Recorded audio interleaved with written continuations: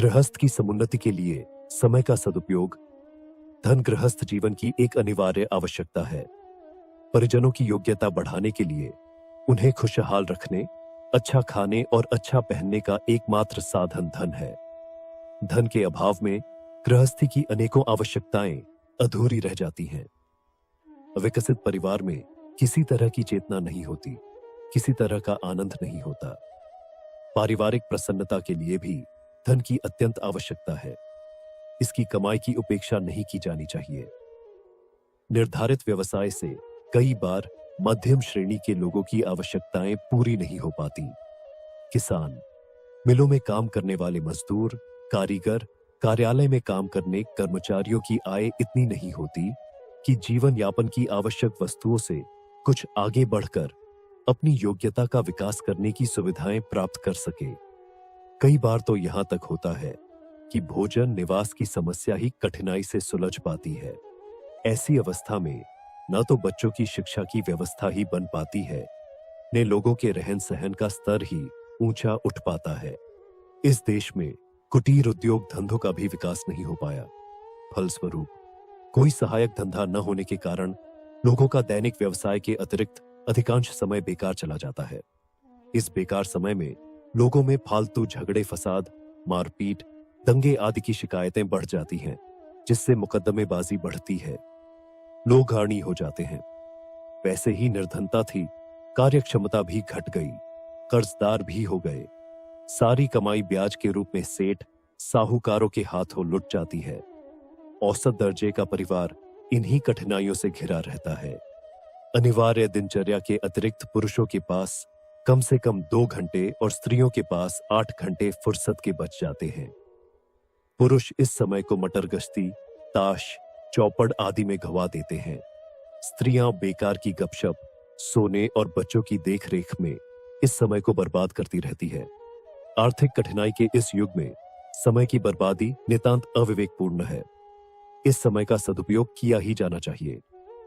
इन 8 और 2, 10 घंटों से कोई पूरक धंधा चलाने में प्रत्येक परिवार को सुविधा मिल सकती है।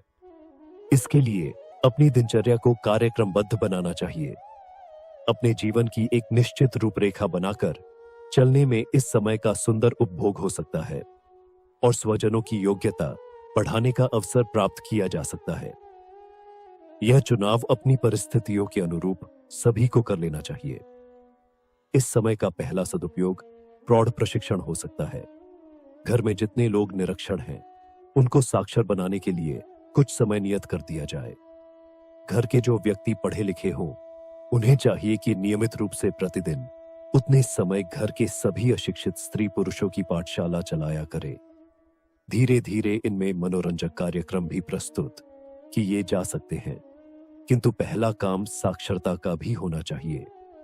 जो लोग बुढ़े हों और शिक्षा को अपने लिए अनावश्यक बताते हों, उन्हें भी समझाना चाहिए कि शिक्षा का प्रभाव संस्कार रूप में दूसरे जन्मों में भी साथ रहता है। इसलिए यह कार्यक्रम तो सभी को अपनाना ही चाहिए।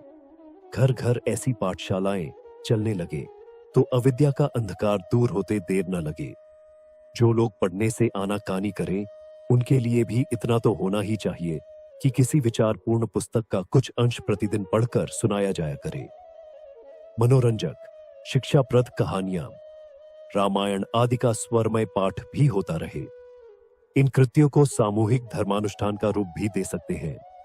शिक्षा के साथ सामूहिक प्रार्थना, पूजा और उपासना के कार्यक्रम भी चलते रहे तो स्नेह बंधनों को मजबूत बनाने में तथा आत्मिक परिष्कार में सुविधा ही मिलेगी। पठन पाठन की सामग्री का चयन धार्मिकता पर आधारित हो तो अधिक अच्छा है, पर यह ध्यान बना रहे कि सिनेमा जैसे गंदे साहित्य का समावेश कदापि न होने पावे। जो शिक्षा उच्छृंखल प्रवृत्ति जगाती हो, उसे छुपाकर ही रखना श्रेयस्कर हो सकता है। समाचार पत्र मंगाकर भी लोगों का ज्ञान बढ़ाया जा सकता है। जो भी काम करे उसे मात्र खिलवाड़ समझकर न करे। पूरी दिलचस्पी और लगन के साथ यदि एक व्यक्ति को साक्षर बनाया जा सके तो श्रम को सार्थक ही कहेंगे।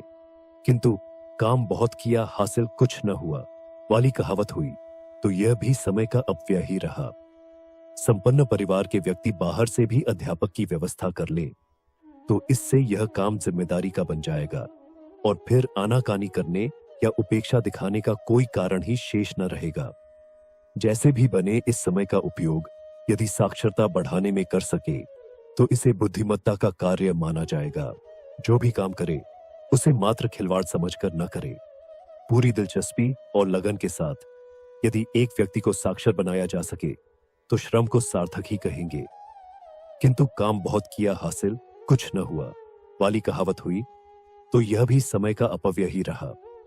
संपन्न परिवार के व्यक्ति बाहर से भी अध्यापक की व्यवस्था कर लें तो इससे यह काम जिम्मेदारी का बन जाएगा और फिर आनाकानी करने या उपेक्षा दिखाने का कोई कारण ही शेष न रहेगा। जैसे भी बने इस समय का उपयोग यदि साक्षरता बढ़ाने में कर सके तो इसे बुद्धिमत्ता का कार्य माना जाएगा। दूसरी तरह से समय का सदुपयोग सहायक धंधे चलाकर किया जा सकता है। ग्रामीण क्षेत्रों के रहने वाले पशुपालन तथा सन की रस्सी बनाने का धंधा चला सकते हैं। इससे खेती के अतिरिक्त थोड़ी और भी आय हो जाती है।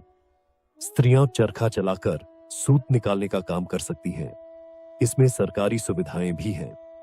अंबर चरखे के द्वारा 4 घंटा 5 घंटा प्रतिदिन काम करके स्त्रियां 60 रुपया मासिक तक की आमदनी कर लेती है। जो रुपया न लेना चाहे वे घर भर के लिए शुद्ध कपड़ा ही तैयार कर सकती है और दुकानों में जाने वाले पैसे को बचा सकती है। पढ़ी लिखी स्त्रियां दस्तकारी सीखे, हाथ की मशीन कोई भी गृहिणी चलाकर थोड़ी सी पूरक आय भी कमा सकती है। घर के कपड़ों की सिलाई इसमें बचती है और फटे कपड़ों की मरम्मत करके उन्हें कुछ दिन और उपयोग में लाने योग्य बना सकते हैं। पढ़े लिखे लोग फुर्सत के समय लेखन संपादन का काम करके अपनी योग्यता भी बढ़ा सकते हैं और सहायक पूंजी भी कमा सकते हैं।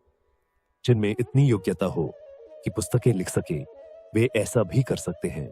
अपनी सामर्थ्य और योग्यता अनुसार कोई ना कोई काम जरूर चला सकते हैं। एक किसान के बेटे के पास कुल 5 बीघे जमीन थी। इससे उसके परिवार का किसी तरह गुजारा न चलता था। बालक ने एक युक्ति निकाली। 1 बीघे खेत में बाग लगाना शुरू कर दिया। किनारे किनारे पपीते और केले के पौधे रोप दिए और बीच में नींबू, नारंगी, मौसमी, अमरूद आदि के पेड़ लगा दिए। इससे 1 बीघा खेती तो कम हो गई, पर पपीते आदि के कुछ पौधे दूसरे ही वर्ष से फल देने लगे और उनकी काफी आमदनी होने लगी। बाग लगाने का काम वह हमेशा किसानी से बचे हुए समय में करता था। जब भी थोड़ा समय मिलता उस बगीचे को सींचने, खाद देने, कांटे लगाने का काम करने लगता। इस समय उस बगीचे से किसान को इतनी आमदनी है जितनी उन 4 बीघे खेतों से भी नहीं हो पाती। फुर्सत के समय का यह भी सदुपयोग हो सकता है। जिन्हें कुछ भी काम न मिले वे संगीत का अभ्यास, स्वास्थ्य सुधार के लिए मालिश, प्राणायाम, आसन तथा घूमने टहलने का ही कार्यक्रम बना सकते हैं। कथा प्रवचन द्वारा भी फालतू समय में ज्ञानदान की परंपरा चला सकते हैं। अपनी इच्छा, योग्यता और परिस्थितियों के अनुरूप किसी भी पूरक व्यवसाय का चुनाव हर दृष्टि से लाभदायक ही रहेगा। संपन्न व्यक्तियों के लिए यह समय श्रेष्ठ संस्कार पैदा करने, सांस्कृतिक मनोरंजन प्राप्त करने के भी काम आ सकता है। इस तरह निर्धन परिवार अपनी आजीविका बढ़ाकर, धनी परिवार अपनी योग्यता बढ़ाकर अपने गृहस्थ को सुव्यवस्थित रखने में सहयोग दे सकते हैं। इन रचनात्मक प्रवृत्तियों को हमें अपने जीवन में कोई ना कोई स्थान देना ही होगा। हमारे YouTube चैनल विचार क्रांति दूत अखंड ज्योति पत्रिका को सब्सक्राइब करें एवं अगली वीडियोस प्राप्त करने के लिए बेल आइकन दबाएं। धन्यवाद।